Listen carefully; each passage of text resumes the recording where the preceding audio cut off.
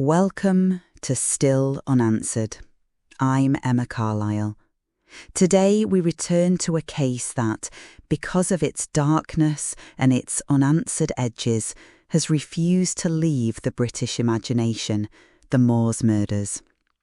Saddleworth Moor, bleak peat, heather, wind that seems to carry memory as much as weather, became a graveyard for questions as much as bodies.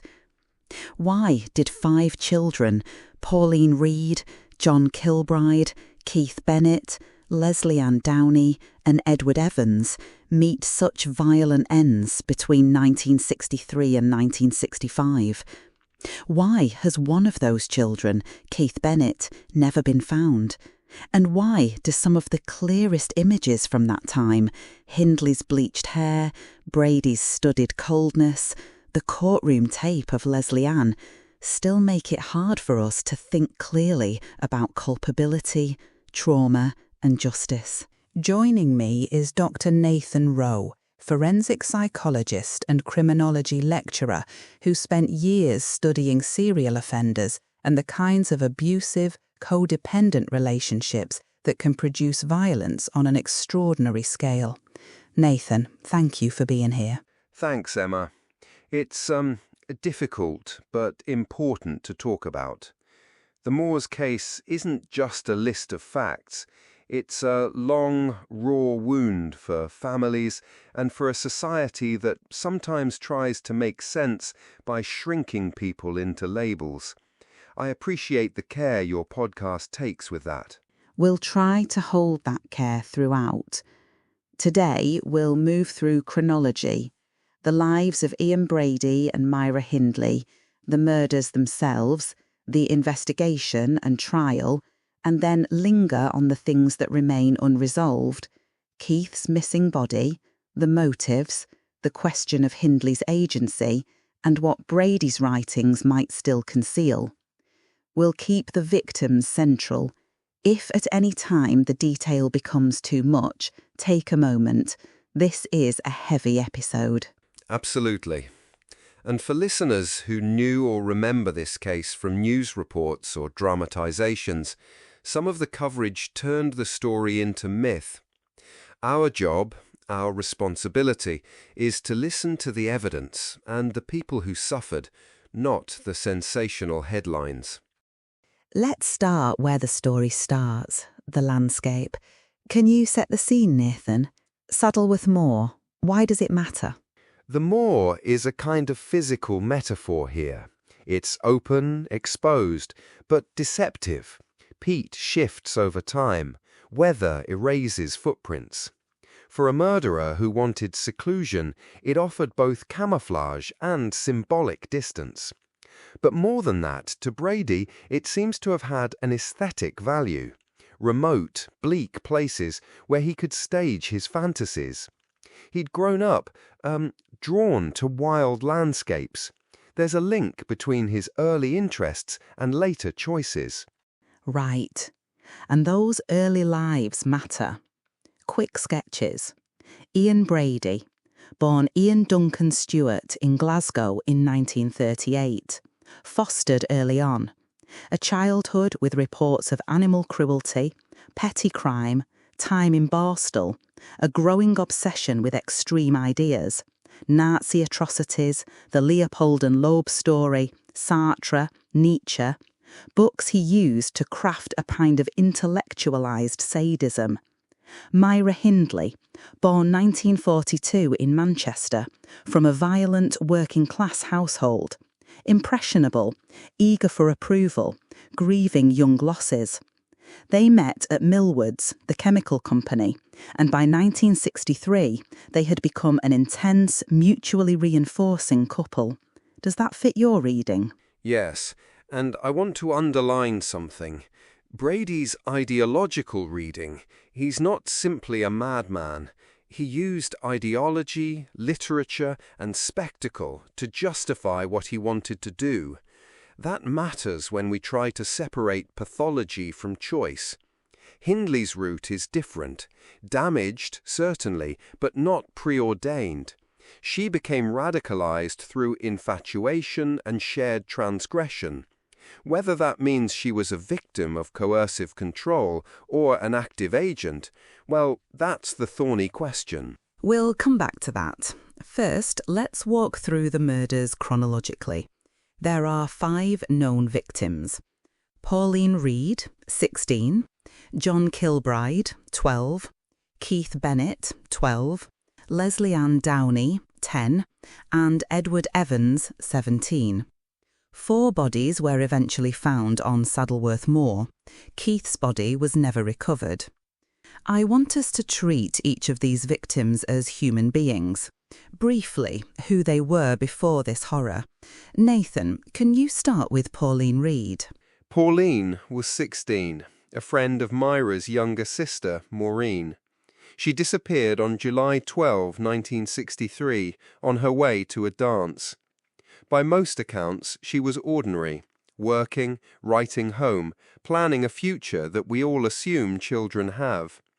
The pair, Brady and Hindley, lured her, by Hindley's account, offering a lift and a story about a lost glove on the moor. It's important to remember, these were social, plausible deceptions. Curtain closes don't fall until decades later. John Kilbride, 12, was taken from a market in November that same year, 1963. Described as helpful, close to his family, just a child in the middle of life. The method, offering a lift, possibly some sherry as a lure, was repeated in these crimes. Then Keith Bennett, 12, disappears in June 1964 on his way to his grandmother's. He's the one who's never been found. Lesley Ann Downey, only 10, was taken on Boxing Day from a fairground, and what happened to her becomes one of the most disturbing parts of the case because of the recordings and photographs recovered. And finally, Edward Evans, 17, whose murder in October 1965 is the one that finally unravels everything, because a witness, David Smith, goes to the police. Emma, if I can add, Lesley Ann's case, in particular, is crucial not only because of the evidence, but because this is the point where the public, rightly, can't stay detached. The tape that was discovered, played in court, captures a child's terror. That audio and the photos stripped away any doubt that this was a sexualized, sadistic pattern rather than a single isolated violence. Then Keith Bennett, 12, disappears in June 1964 on his way to his grandmother's. He's the one who's never been found. Lesley Ann Downey, only 10, was taken on Boxing Day from a fairground, and what happened to her becomes one of the most disturbing parts of the case because of the recordings and photographs recovered. And finally, Edward Evans, 17, whose murder in October 1965 is the one that finally unravels everything, because a witness, David Smith, goes to the police. Yes. We'll be cautious in how we describe that evidence, but we can't ignore its effect. The tape was played in court in 1966, and many people, jurors, the public, were horrified. It made Hindley's role nearly impossible to frame as passive. Nathan, you mentioned coercive control earlier. In cases like this, how do we weigh the influence of one partner over the other against concrete acts, like driving a child to the moor, or, in Hindley's case, appearing on the moor in photographs? It's complex. In the late 20th and early 21st centuries, we've developed frameworks for coercive control that help explain how someone can be manipulated into acts they might not have committed alone. But those frameworks don't erase agency. You can be coerced and still be an actor in a crime.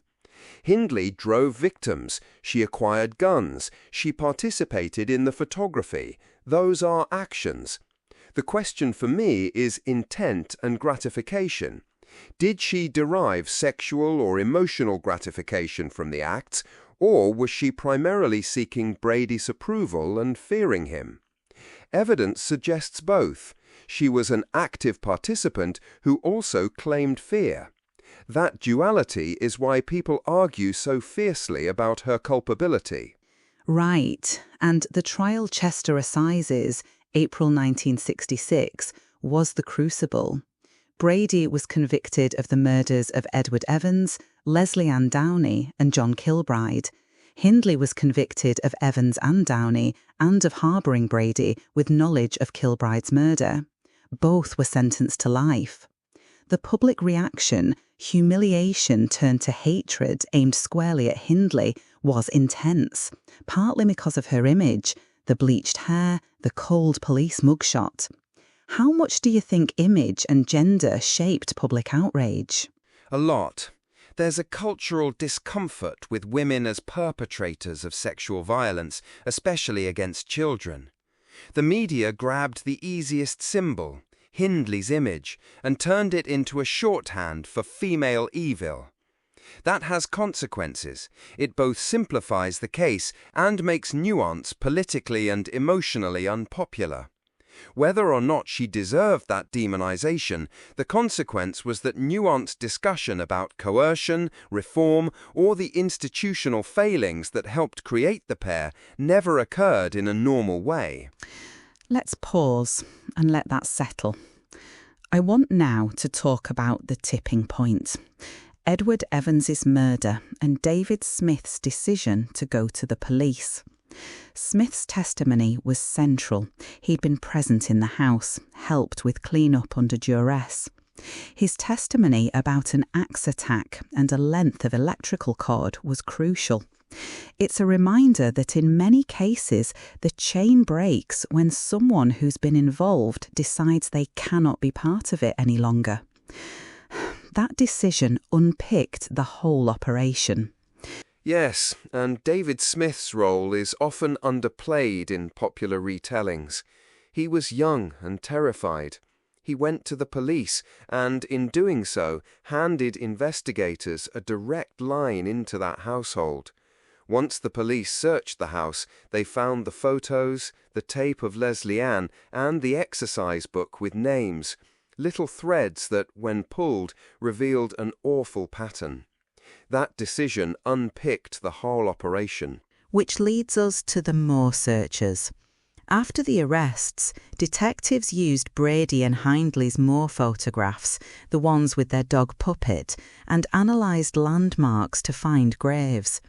In 1965, they discovered bodies identified as John Kilbride and Lesley Ann. However, Pauline's body was not found until much later, 1987, when Hindley led police to another grave. And Keith Bennett, still missing.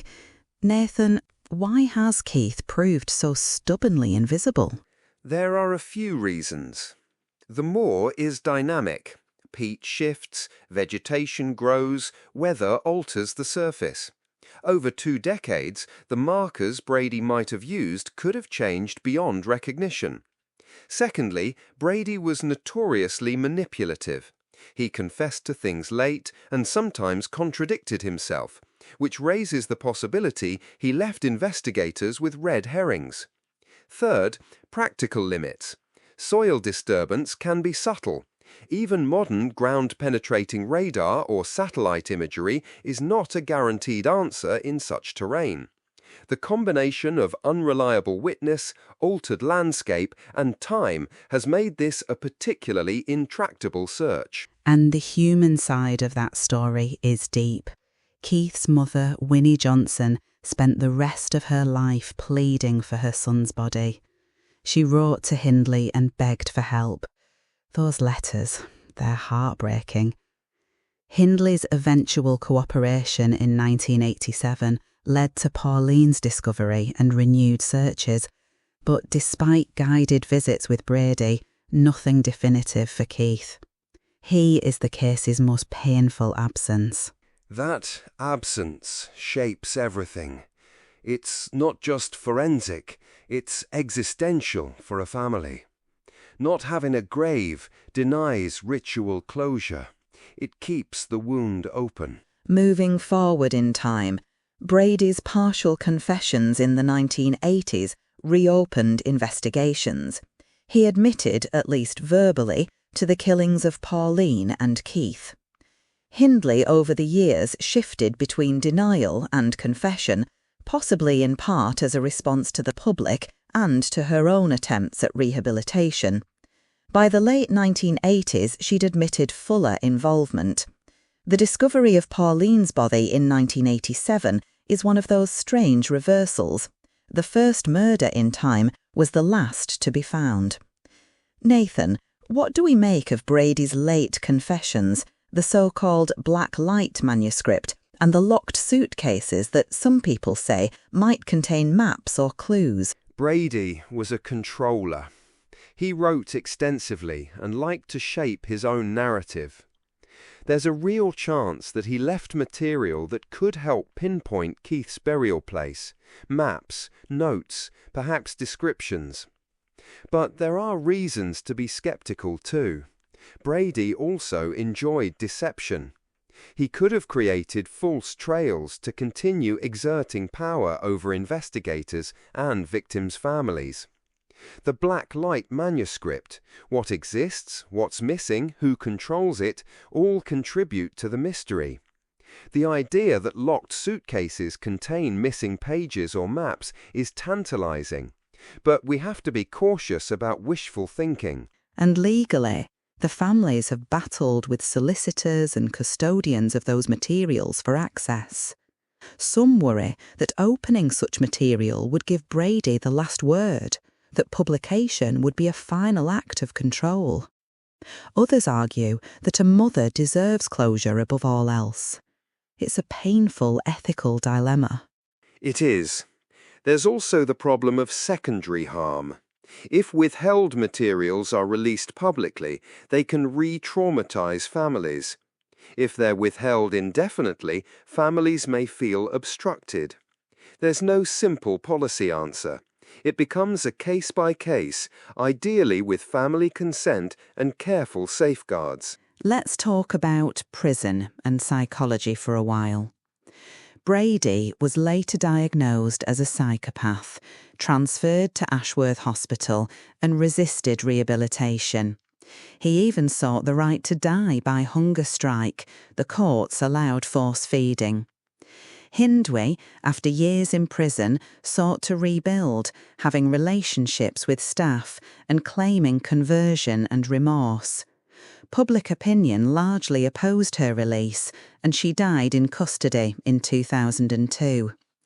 How do we pass remorse in people who have committed atrocities? Who gets to judge whether someone is reformed? Remorse is a complex interior state and, for legal purposes, an observable behavior. Some prisoners genuinely feel sorrow and change their moral calculus. Others perform contrition to gain advantage. With Hindley, we see both. Gestures of contrition that appeared sincere to some prison staff and observers, and strategic behavior that critics say aimed at reducing custody. With Brady, there was no observable remorse, rather continued ideological posturing.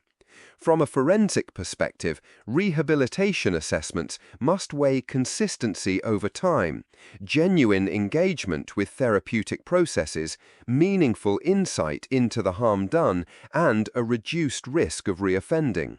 But public and political judgments also matter. Parole boards do not operate in a vacuum. The visceral outrage at the idea of Hindley walking free was itself a political reality that shaped decisions. This touches on a deeper moral question. Are there crimes for which society must refuse any chance of reintegration? The Moor's murders prompted very strong answers to that question. Many said yes, some offences remove the moral claim to ever return to society. Others argue that our justice system should focus on risk management and rehabilitation, no matter the crime. I want to be clear. These are not just academic questions. They affect real people making hard decisions. That tension between moral retribution and the possibility of redemption is a core fault line in criminology and ethics. There's a practical component, public safety, and a moral one. Can we, as a society, allow for the possibility that someone might change? The Moor's case, because of the victims and the particularly upsetting nature of the crimes, pushes most people toward permanent exclusion. That's understandable, but we must remain analytically honest about what those choices mean. I want to return to the public imagination and myth-making. The image of Hindley, the mugshot, became a shorthand. Saddleworth Moor itself turned into a character in books and TV dramatisations. Locals often resent this. The landscape becomes forever tainted. And the media decisions, playing the audio in court, publishing photos, helped cement the myths.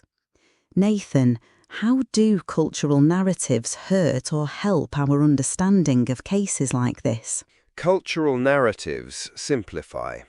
They help the public process horror by turning it into a story with villains and monsters. But they also obscure nuance, social context, institutional failings, the lived experiences of families. The monster narrative can spike attention and lead to policy changes, but it can also prevent learning from systemic failures. For example, missed signals from communities, the normalization of violence in certain households, the ways police handle missing child cases. Simplification risks moral laziness. Listeners, we need to pause. A lot of what we've discussed is heavy and upsetting. If you're feeling affected, please take a break. There are resources in the episode notes. Okay, back to unanswered questions, which is why we named this show Still Unanswered. The headline items are: where is Keith Bennett? Were there other victims Brady hinted at? Did Hindley ever fully tell the truth? Are there missing documents that would solve these questions? Let's take these one by one. First, Keith Bennett. Despite Brady's claims, guided visits, modern tech, and decades of searching, his body hasn't been found. People ask whether Brady deliberately withheld information or whether he genuinely forgot, a strange proposition given his controlling personality. Another possibility is that the body was buried in a place that later changed dramatically, perhaps washed away or obscured by peat movement. We simply can't be sure. And the families have endured endless reopens of wounds with each new documentary or supposed lead, sometimes in good faith, sometimes because cold cases become sensational. Winnie Johnson's campaign lasted decades. She died in 2012 without knowing. The emotional weight of that is enormous. Second, Brady's hints at other victims. He suggested additional murders in letters and conversations, 2 in Scotland, maybe 1 in Manchester. Investigators tried matching these claims to unsolved cases, but there hasn't been a definitive match. Brady may have been bragging. He may have been lying to maintain status. That raises the question of how much we treat post-conviction confessions. Do we follow up, or do we treat them skeptically? Both approaches have costs. Third, Hindley's truthfulness. She changed versions multiple times. Early denials, later confessions, and sometimes minimisation. Detectives suspected she withheld details. She may have sought to manage how the world saw her at different times, as innocent, then as penitent, then as cooperative for conditional reasons. We'll probably never know the full interior truth of her motives. And finally, the documents, black light, the locked suitcases. The idea that Brady's effects might contain a map to Keith is seductive. But even if those documents exist and were surrendered, interpreting them would be its own forensic challenge. Brady could have written poetic or misleading descriptions. There's no guarantee that any statute or document would be the neat key people hope for. So where does that leave us practically? The police, over decades, have paused and resumed searches as evidence and leads came in. New technology has helped in some cold cases, but the moor's nature makes it especially difficult. Unless someone comes forward with credible new information, or withheld materials are released and contain clear clues, it is possible Keith will remain unfound. Yes, and that possibility of absence matters to how families grieve and how society remembers. Unresolved cases demand an ongoing ethical stance. How do we investigate without exploiting pain? How do we honour victims without letting their tragedy turn into a commodity for books and dramas? Nathan, one more question on public memory. The Mars murders have had a cultural life beyond the facts books, TV dramatisations, music even, and that raises another still unanswered aspect. How should journalists, filmmakers and historians treat this material? What ethical guardrails should exist? Creators should centre victims and families, seek consent where possible, avoid gratuitous detail, and weigh public interest against harm. Sensational depictions, especially reenactments of violence, substitute spectacle for understanding. If you're making a work that claims to illuminate, it must do so with rigorous sourcing and empathy. And when families object, creators should seriously consider whether their work is worth reopening wounds. Before we close, I want to return to the human centre of this story. A few small things to say about each victim as final remembrance. Pauline Reade, 16. Take a moment to let that age sit. John Kilbride, 12. Keith Bennett, 12. Lesley Ann Downey, 10. Edward Evans, 17. Names, ages, short lives. The Moor's murders are more than a sensational headline. They are a cluster of destroyed futures. And the people left behind, parents, siblings, partners, are the lasting witnesses to loss. We should also remember David Smith, who testified at trial. He was young, frightened, but he chose to tell the truth. He, in an odd way, helped end the spree. Choices like his, however painful, sometimes are the hinge moments. We'll leave the last word on unanswered questions to you, Nathan. If listeners take away one thing from this episode about how to think about evil, culpability, and unresolved cases, what would you want it to be? That we must resist the easy narrative of monsters and victims. People like Brady cultivated an image of brilliance and remorselessness, and people like Hindley inhabit a more ambiguous space. But beyond labels, we owe the victims truth, dignity, and persistence. Unanswered questions ground us. They remind us that justice isn't only about punishment, it's about the ongoing work of memory and of practical, patient inquiry. If someone out there, anyone, has credible information about Keith Bennett or other unsolved threads, come forward. Those small acts of courage are sometimes the only way forward. Thank you, Nathan. We will include resources and a list of sources in the episode notes for those who want to read more, timelines, contemporary reporting, and academic analysis. I also want to say, to families listening, Your grief is visible here. We hold it with you.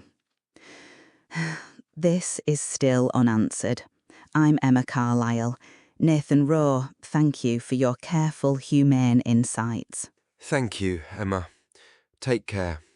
And to listeners, if you have memories, reflections, or information about this case you think should be heard, please contact the lines in the show notes. We'll continue to spend time on cases where questions remain, and we'll try to do so with the respect they deserve.